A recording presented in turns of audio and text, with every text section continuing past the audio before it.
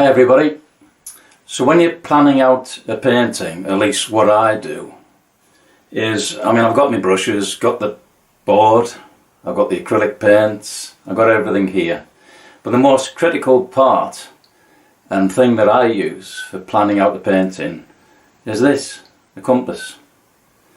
Which is very handy for, if say you're doing a pet portrait, you want to get the centre of the eyes, get the right dimension between the centre of the eyes, the pupils, between the centre line of the eyes and to the bottom of the nose. You just use that. If you're working from a photo reference that you've uploaded to your monitor, and it's a lot easier then to transfer those measurements from your monitor onto your board. And it makes it so much easier.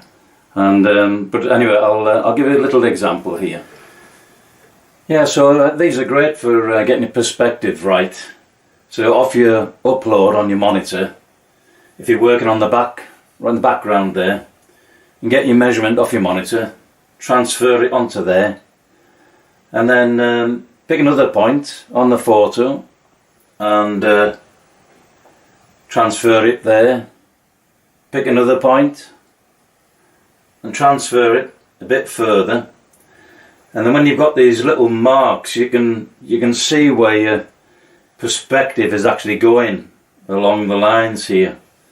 And once you've done that, then you can look at the boats. Then you've got on your monitor, you've got these boats here, so we can so as this one, go to your monitor, come back with that measurement and just mark each side. Same with that boat there. So it's very useful just to transfer in measurements. I've actually put acrylic paint on the end of the points there just to get the sharpness off so I don't kill myself.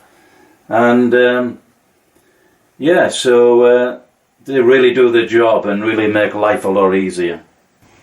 Okay, hope that's been useful. These little fellas, I wouldn't be without them. If I lost them today, go straight out and buy another set.